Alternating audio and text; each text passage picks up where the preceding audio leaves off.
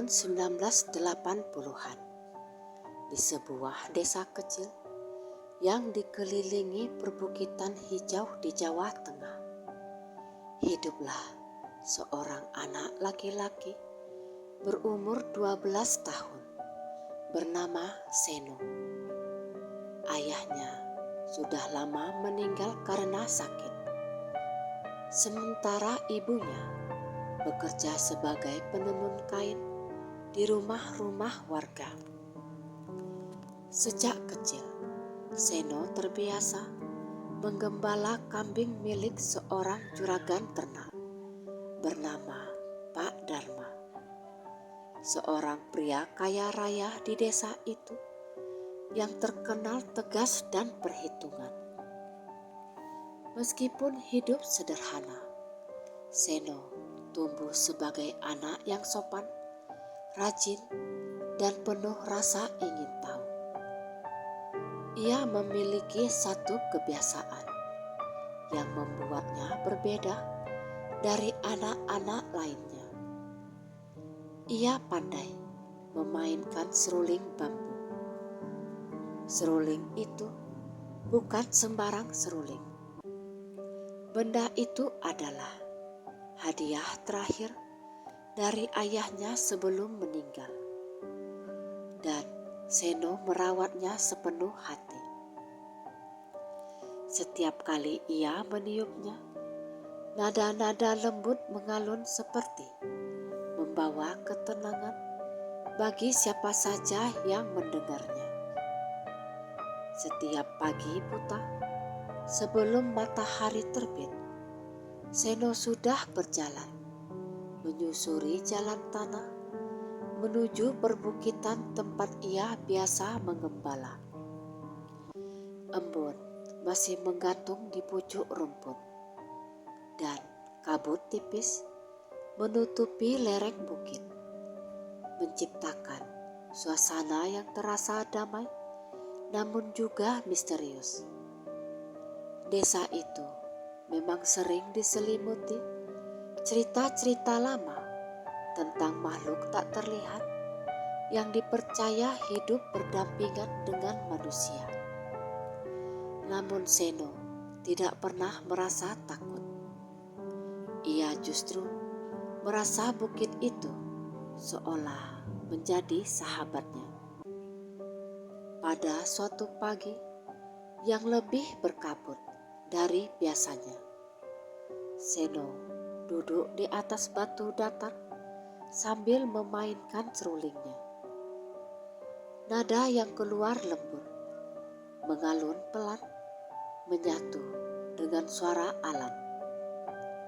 Namun tiba-tiba, pada nada ke-13, angin berhenti berhembus. Kabut di sekelilingnya menebal dengan cepat, seakan menutup pandangan dalam selimut putih. Kambing-kambing di sekitarnya mendadak diam. Tak ada suara embikan sama sekali. Seno menarik nafas pelan. Jantungnya berdebar, tetapi ia tidak merasa ketakutan. Lebih kepada rasa penasaran. Ia menyimpan serulingnya dan berdiri, menatap kabut yang bergerak pelan seperti ombak. Dan saat itulah ia melihat sesuatu, seberkas cahaya kecil berwarna keemasan, melayang-layang di antara kabut. Cahaya itu perlahan mendekat, bergetar lembut seperti kunang-kunang raksasa. Seno memicingkan mata. Semakin dekat cahaya itu, semakin ia bisa melihat bentuknya. Bukan kunang-kunang, bukan juga cahaya matahari yang terpantul dari sesuatu. Cahaya itu seperti dipancarkan oleh seseorang. Seno mengusap matanya, memastikan ia tidak berhalusinasi. Dari balik kabut muncullah sosok anak laki-laki sebaya dirinya. Kulitnya pucat, wajahnya teduh, dan bajunya seperti pakaian zaman dahulu yang sudah jarang dipakai. Namun, hal yang paling mencolok adalah benda yang ia bawa. Sebuah seruling panjang berwarna putih keperakan, memancarkan cahaya yang lembut. Sosok itu tersenyum tipis. Senyum yang anehnya tidak membuat Seno merasa takut, melainkan rasa damai. "Serulingmu indah sekali," ucap sosok itu dengan suara halus. Seno terkejut. Ia mundur selangkah. "Kamu siapa? Kok bisa ada di sini? Kamu anak desa sebelah ya?" Sosok itu hanya tersenyum, tak menjawab. Ia berjalan maju. Langkahnya begitu ringan, seolah tidak menyentuh tanah. Kabut di sekelilingnya ikut bergerak mengikuti, membentuk pusaran lembut.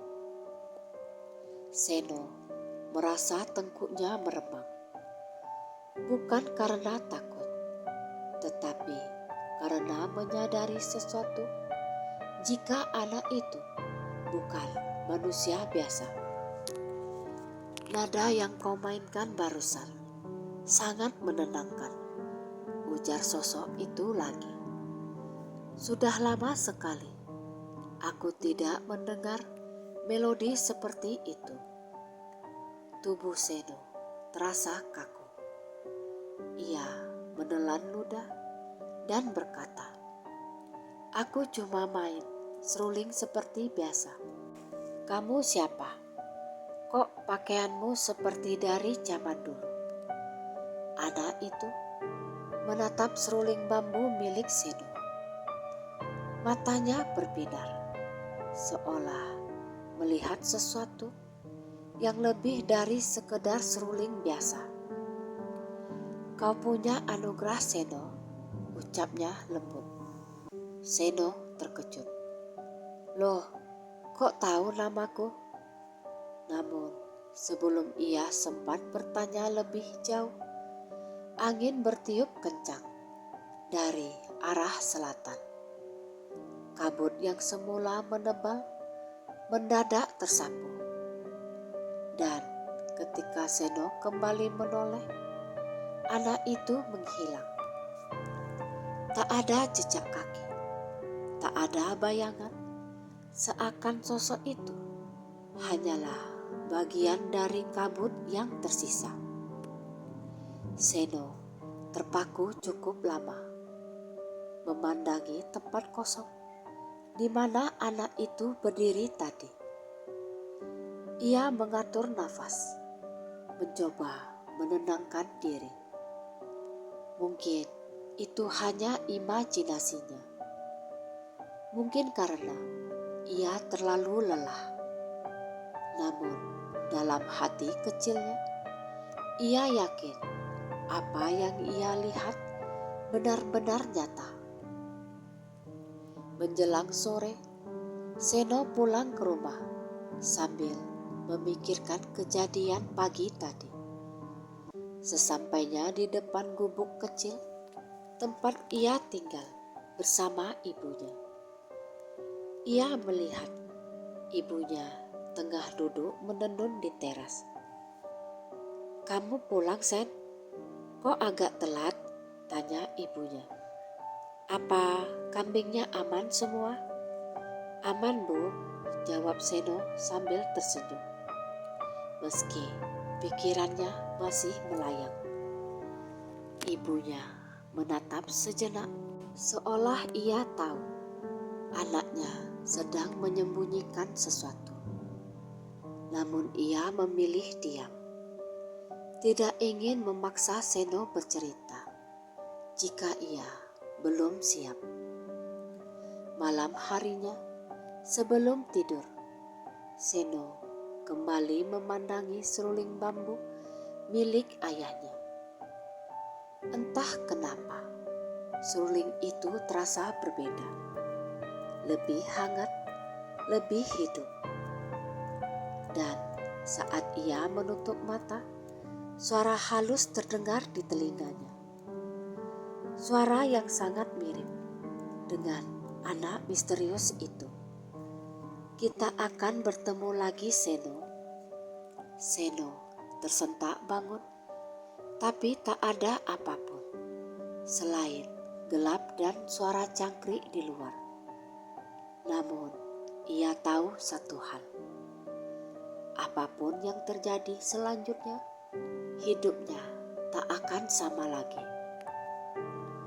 Keesokan paginya, Seno kembali menggiring kambingnya menuju bukit. Namun kali ini, ia melangkah dengan perasaan berbeda. Ada rasa ingin tahu yang membuncah. Ia ingin mengetahui siapa sosok misterius yang muncul dari balik kabut kemarin. Ia ingin tahu mengapa anak itu tahu namanya dan mengapa seruling putih miliknya bersinar. Ketika mencapai tempat biasa ia duduk, suasana terasa sangat tenang. Kabut tidak setebal kemarin, tetapi ada lembut yang menggantung di udara. Setelah memastikan kambing-kambing merumput dengan tenang, Seno mengambil serulingnya dan mulai memainkan melodi yang sama seperti kemarin. Lembut, mengalun, menembus udara pagi. Namun hari itu tak terjadi apapun. Tidak ada cahaya, tidak ada sosok misterius. Hanya angin yang datang dan pergi secara acak. Seno menghela nafas kecewa. Mungkin aku cuma bermimpi. Ia hendak menaruh serulingnya, tetapi tiba-tiba terdengar suara embikan kambing yang gelisah. Seno menoleh cepat.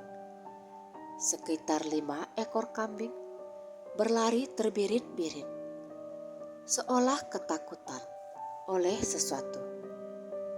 "Hei, kambing, berhenti!" serunya berusaha mengejar. Namun, ketika ia hendak melangkah, tanah di bawah kakinya terasa bergetar pelan. Bukan gempa, lebih seperti getaran halus dari aliran udara. Seno membeku. Kabut di sekitar bukit mulai bergerak membentuk pusaran kecil. Dan dari pusaran itu, sekali lagi muncul sosok anak laki-laki berwajah pucat. Seno tertegun. "Kamu?" Sosok itu tersenyum. "Kau memanggilku lewat serulingmu." "Aku cuma main seperti biasa," ucap Seno. "Tapi bagiku itu panggilan." Seno menelan ludah. Meskipun masih gugup, ia memberanikan diri bertanya, "Sebenarnya kamu ini siapa? Jangan-jangan kamu..." Anak itu menundukkan kepala sedikit. "Namaku Arka. Aku bukan dari dunia yang sama denganmu." Seno merinding. "Maksudmu dunia lain?" Arka mengangguk lembut. "Aku termasuk kaum yang hidup berdampingan dengan manusia, tetapi tidak selalu terlihat. Tempat kalian menyebutnya alam lain, alam halus, atau apapun istilahnya. Tapi bagiku itu hanyalah rumah." Seno membelalak.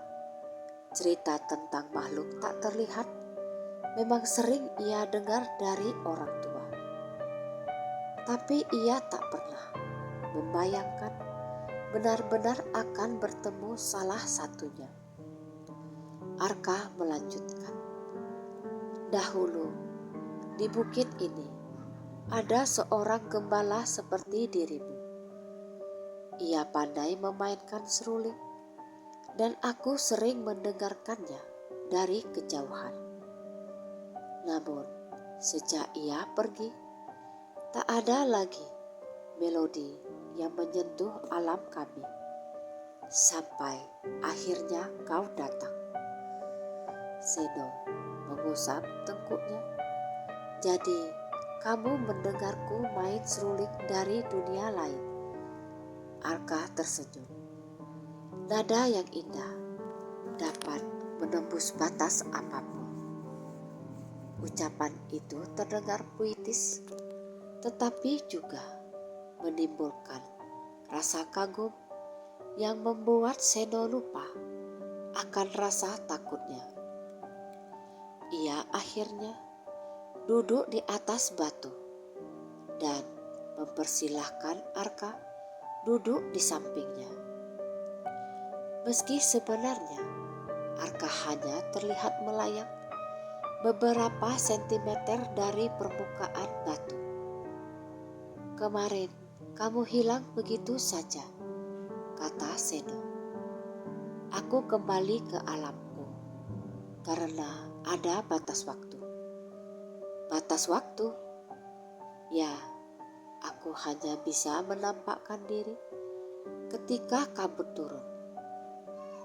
Kabut adalah jembatan bagi kami. Seno menatap kabut yang mulai tipis. Kalau begitu, kamu muncul karena aku main seruling. Karena nada seruling mirip sekali dengan nada seruling seorang gembala yang dulu pernah bersahabat denganku. Seno mengangkat alis. Kamu punya sahabat manusia? Arka mengangguk. Ia baik, ia sederhana, seperti dirimu. Namanya Seta.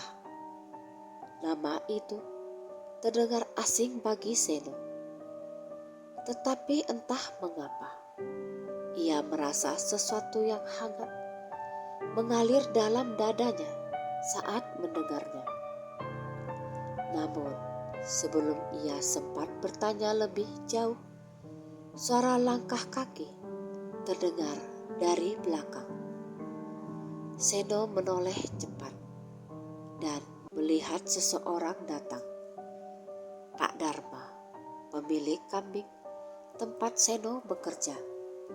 Seno, serunya lantang. Ngapain kamu bengong di situ? Kambing-kambingmu hampir masuk ke ladang warga. Kamu itu digaji buat ngawasin mereka, bukan untuk melabung. Seno terkejut dan segera berdiri. Ia menoleh ke arah Arka. Sosok itu sudah hilang. Tanpa jejak, tanpa kabut tebal. Seakan hanya Seno yang melihatnya. Saya cuma mau manggil kambingnya, Pak, ujar Seno gugup. Pak Dharma menghela nafas kasar. Sudahlah, cepat urus kambing-kambing itu sebelum ada yang hilang. Kamu kalau kerja itu harus fokus. Iya, Pak, jawab Seno. Pak Dharma pergi sambil mengomel tentang betapa pelupa dan lambannya anak-anak zaman sekarang. Seno menunduk, merasa bersalah, tetapi juga lega, karena tidak ketahuan sedang berbicara dengan makhluk alam lain. Setelah suasana kembali tenang, Seno memanggil kambing-kambingnya dan mengiring mereka ke tempat semula. Namun pikirannya tidak berhenti memikirkan Arka, tentang siapa dia sebenarnya, dan terutama tentang alasan kenapa ia bisa muncul di hadapan Seno. Malam harinya, Seno kesulitan tidur. Ia terus memandangi seruling bambu yang tergeletak di pangkuannya. Suara Arka terngiang-ngiang di telinganya. "Kau punya anugerah, serulingmu memanggilku." Ia memainkan satu nada pelan, hanya satu.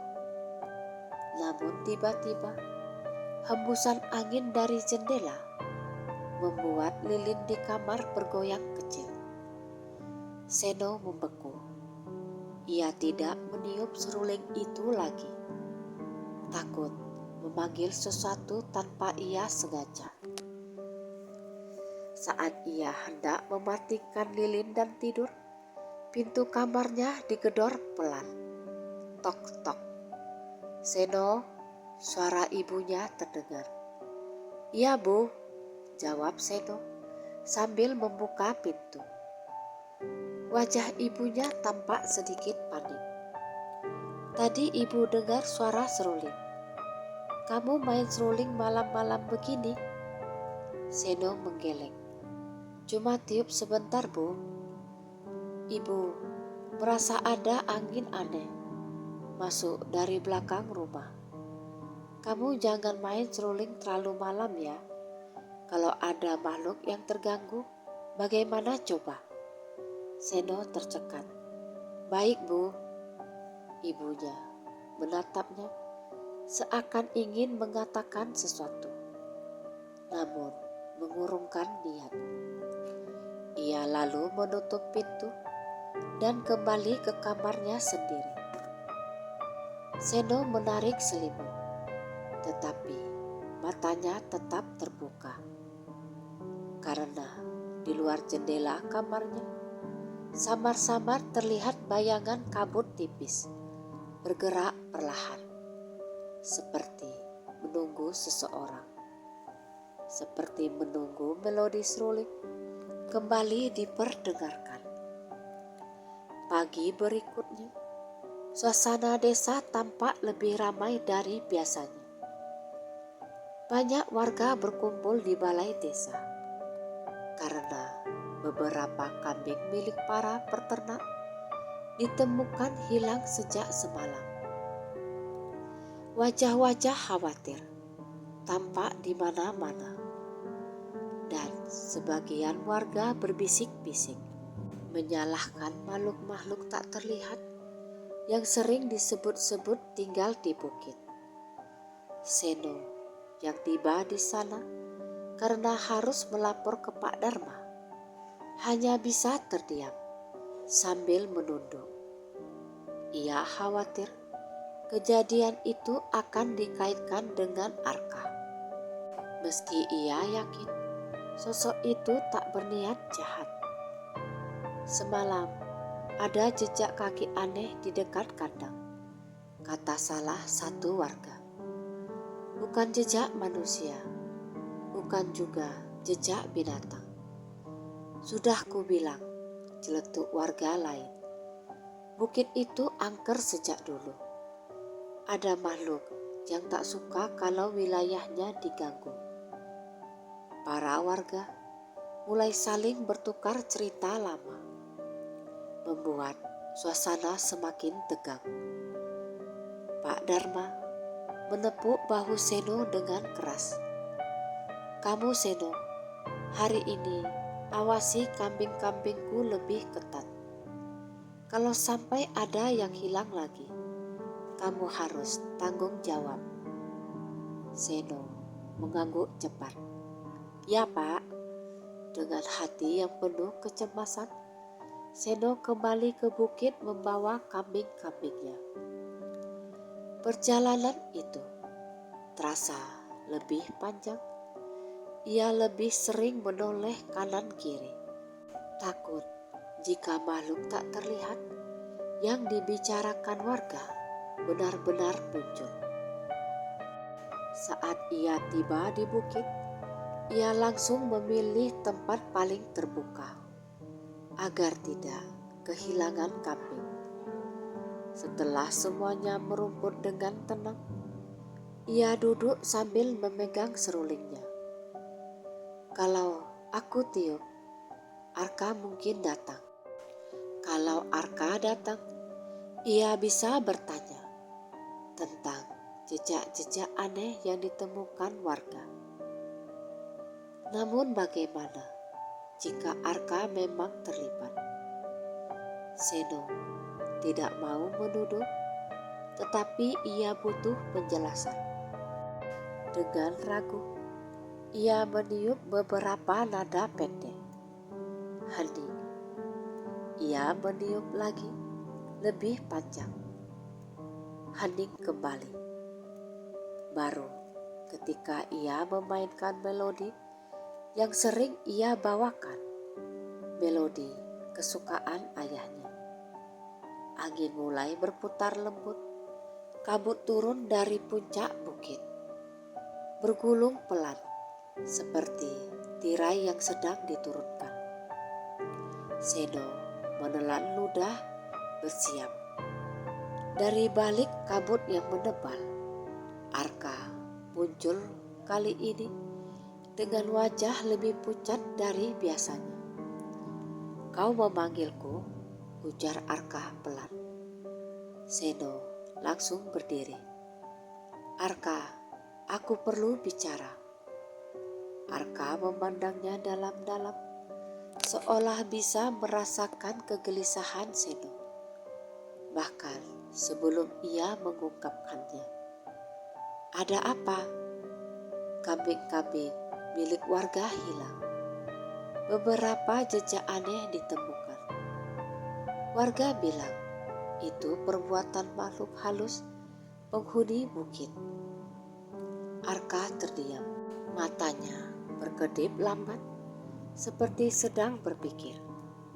Seno, bukan kaummu yang melakukan itu. Tapi ada sesuatu yang sudah lama terbangun. Seno merinding. Terbangun? Arka mengangguk. Bukit ini dulunya tempat tinggal banyak makhluk. Namun semuanya telah pergi kecuali satu. Makhluk itu tertidur lama, sangat lama. Melodi serulingmu telah membangunkannya. Jantung Seno berdetak lebih cepat. Aku yang membangunkannya? Itu bukan salahmu, kata Arka cepat. Makhluk itu memang sudah hampir terbangun sejak bertahun-tahun lalu. Melodimu hanya mempercepatnya. Seno menelan ludah, takut dengan apa yang ia dengar. Makhluk apa itu? Arka memandang ke arah barat bukit. Ia tak jahat, tetapi ia lapar. Ia memakan energi kehidupan, bisa berupa tumbuhan, hewan, atau apapun yang memiliki nafas. Seno tercekat. Apa kambing-kambing itu termasuk? Arka mengangguk pelan. Itu artinya kambing-kambing yang hilang bukan dicuri manusia. Ada makhluk gaib yang bangun dari tidurnya karena ia meniup seruling. Seno duduk lemas di tanah. Apa yang harus aku lakukan? Kalau warga tahu, mereka pasti takut. Mereka bisa-bisa menutup bukit ini atau mengusir semua orang yang mendekat. Arka berjalan mendekatinya. Kau tidak sendirian. Ada cara untuk menenangkan makhluk itu. Seno menatapnya dengan harapan kecil. Bagaimana? Arka mengangkat seruling putih keperakan yang selalu ia bawa. Serulingku dapat membimbing makhluk itu kembali ke tempatnya. Tapi aku tak bisa melakukannya tanpa bantuanmu. Bantuan apa? Kau tiuplah serulingmu. Aku juga akan meniup serulingku. Melodi yang berpadu akan menciptakan pintu menuju alam peristirahatan makhluk itu. Kita harus membawanya ke sana sebelum ia semakin lapar. Seno merasakan ketakutan, tetapi juga keinginan kuat untuk memperbaiki keadaan. Kalau begitu, kapan kita mulai? Arka terlihat menatap langit sejenak. Secepatnya, kabut sore nanti akan menjadi jembatan terkuat. Sore harinya, ketika kabut mulai turun, Seno sudah menunggu di tempat yang sama dengan wajah tegang. Kambing-kambing sudah ia pulangkan lebih awal. Ia berdiri, memegang serulingnya erat-erat. Arka muncul tak lama kemudian. Seno, katanya perlahan. Apakah kau yakin? Seno mengangguk. Kalau aku tidak bantu, warga desa bisa-bisa dalam bahaya. Arka tersenyum lembut. Senyum yang membuat kecemasan Seno sedikit mereda. Kita mulai. Arka berdiri di sisi kiri Seno. Keduanya mengangkat seruling masing-masing. Mainkan nada yang paling kamu ingat dari ayahmu, ujar Arka. Nada itu punya kekuatan tenang. Seno mengangguk dan mulai meniup serulingnya. Nada-nada lembut mengalun menyayat senja, bercampur dengan angin yang berhembus dari arah lembah. Arka mengikuti dengan seruling putihnya.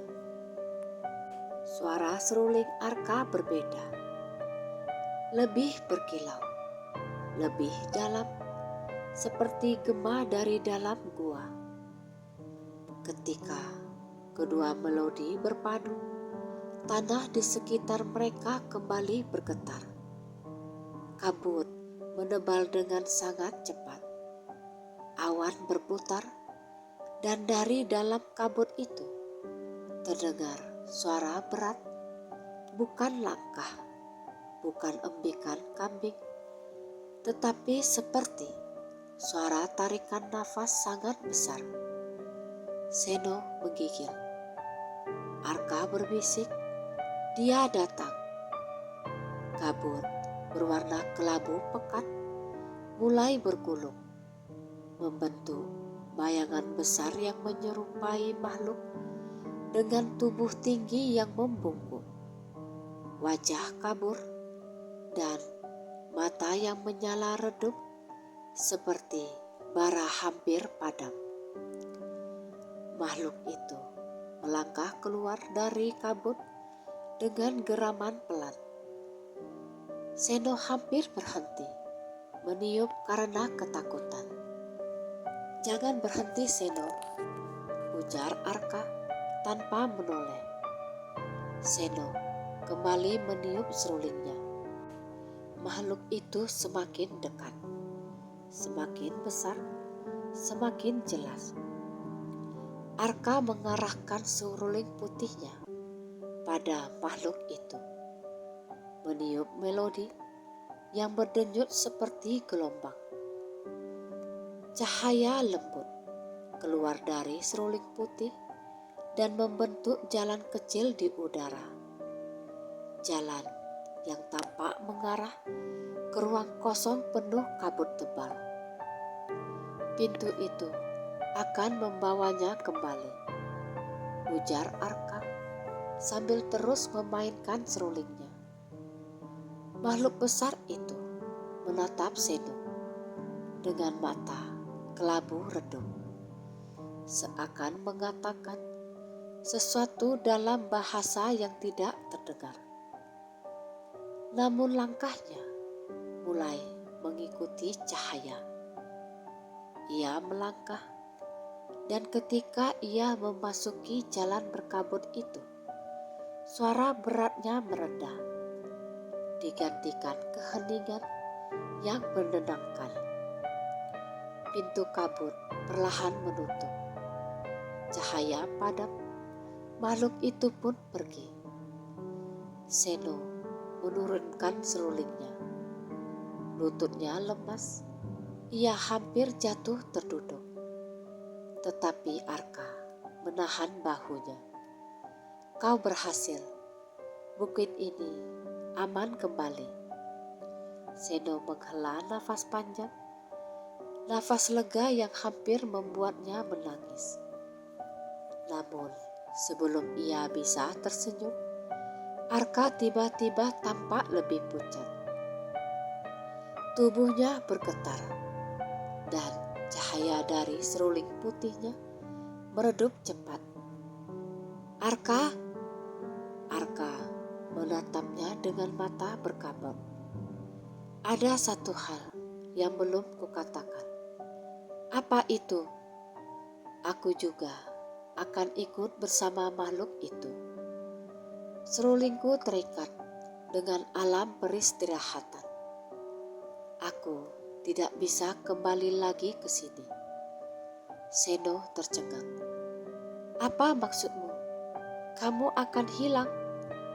Arka menatapnya sambil tersenyum sangat lembut, sebagai senyum perpisahan. Aku senang bisa mendengar melodi serulingmu lagi. Lalu tubuhnya mulai berubah menjadi serpihan cahaya. Seno mencoba meraih, tapi tangan itu sekedar menembus cahaya yang memudar. Dengan suara yang hampir tak terdengar, Arka berkata, "Teruslah bermain, Seno." Dan cahaya itu lenyap. Hanya kabut sore yang tersisa, dan Seno berdiri sendirian, menggenggam seruling bambu miliknya dengan air mata menetes perlahan. Sejak peristiwa besar di Bukit Sore itu, kehidupan Seno berubah tanpa ia sadari. Meski warga desa akhirnya lega karena tak ada lagi kambing yang hilang, Seno menyimpan duka yang sulit ia ungkapkan pada siapapun. Duka karena kehilangan sahabat baru yang tak pernah ia duga, Arka. Hari berikutnya, ia kembali ke bukit seperti biasa. Bukan untuk menggembala, tapi untuk duduk di batu datar, tempat ia dan Arka sering berbicara. Ia memandangi lembah yang berbalut kabut tipis, berharap Arka muncul, dan berkata bahwa semuanya hanya sementara. Tetapi tak ada apapun. Tak ada kabut yang menebal tiba-tiba, tak ada cahaya keperakan, dan tak ada sosok anak pucat dengan senyum lembut.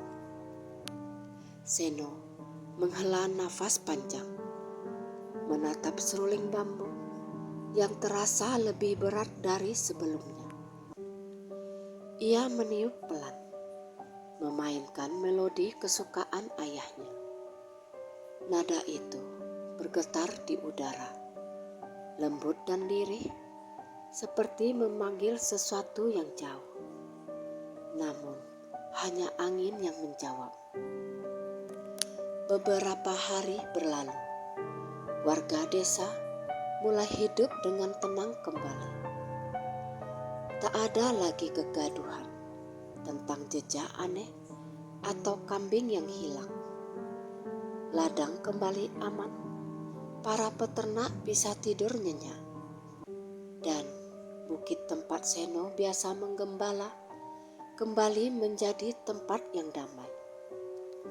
Pak Dharma bahkan sempat memuji Seno karena sejak itu tak ada lagi masalah pada kambing-kambingnya.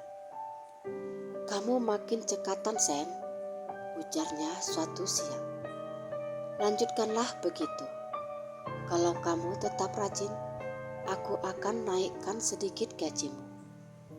Mendengar itu, Seno tersenyum kecil. "Terima kasih, Pak." Meski begitu, hanya ibunya yang benar-benar melihat perubahan pada diri Seno. Anak itu lebih sering diam, lebih banyak menghabiskan waktu sendirian, lebih hati-hati dalam memainkan seruling. Di suatu malam, saat Seno duduk di depan rumah sambil memandangi bintang, ibunya datang menghampiri. "Kamu kelihatannya banyak pikiran ya, Nak." Seno tersenyum samar. "Gak apa-apa, Bu." Ibunya duduk di sampingnya. "Kamu bisa cerita apapun ke Ibu.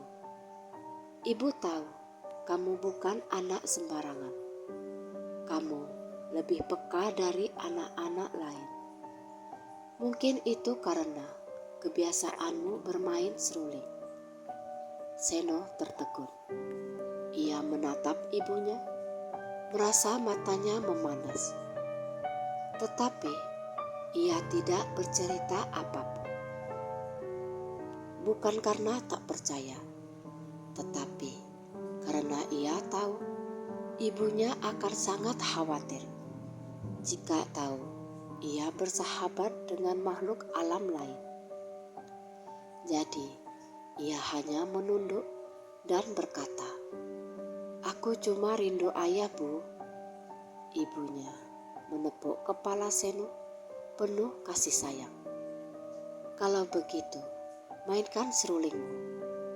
Ayahmu pasti akan senang mendengarnya dari atas sana." Seno mengangguk. Meski di dalam hatinya ada seorang lain yang juga ia rindukan. Beberapa minggu kemudian, bukit itu kembali menjadi tempat yang sangat damai. Tidak ada badai kabut, tidak ada suara aneh, dan tidak ada kejanggalan. Semua terasa seperti kembali sebelum Seno bertemu Arka. Bahkan burung-burung dan kupu-kupu tampak lebih banyak dari sebelumnya. Seakan bukit itu menerima kembali kehidupannya. Hanya saja ada satu perubahan kecil yang tidak disadari banyak orang. Setiap kali Seno meniup seruling, angin di sekitar selalu berputar, lebih lembut, seolah mengikuti nadanya. Satu sore yang cerah, ketika matahari hampir condong ke barat, Seno duduk di bawah pohon beringin kecil di bukit itu. Ia memejamkan mata dan meniup serulingnya, memainkan melodi baru yang ia ciptakan sendiri. Melodi untuk mengingat Arka. Nada-nada itu lembut, mengalun dari hati.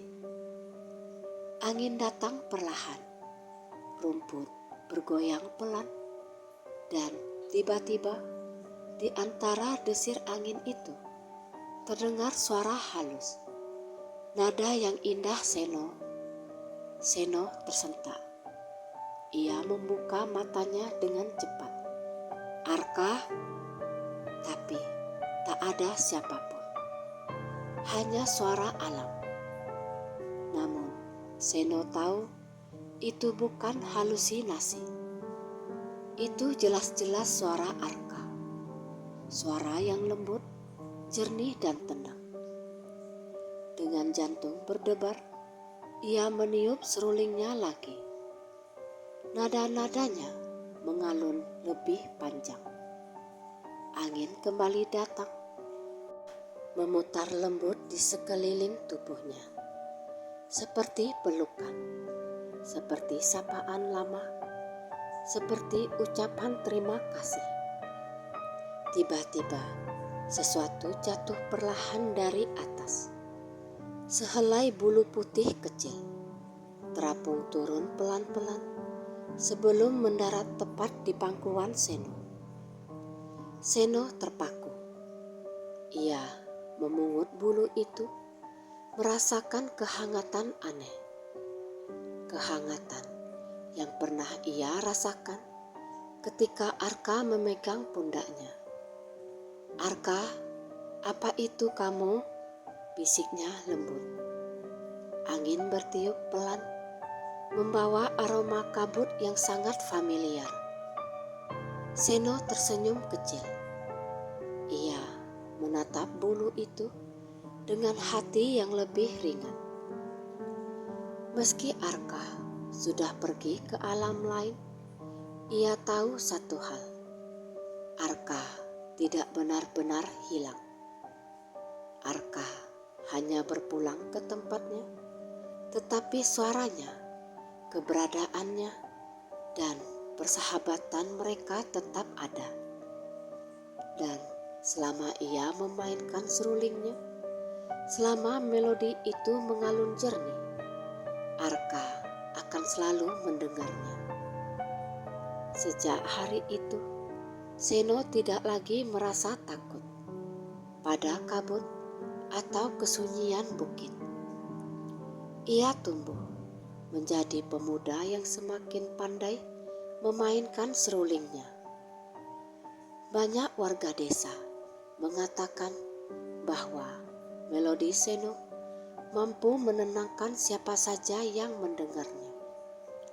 Di pasar, di acara desa, bahkan ketika ada tetangga yang sakit hati atau cemas berlebihan, Seno sering diminta meniup seruling untuk menenangkan suasana. Tak ada yang tahu bahwa kekuatan itu datang dari persahabatan singkat, tetapi bermakna dengan makhluk dari alam lain. Kadang ketika kabut turun pada sore hari, angin berputar lembut di sekitar Seno. Tidak menakutkan, tapi hangat. Seperti teman lama yang datang menyapa.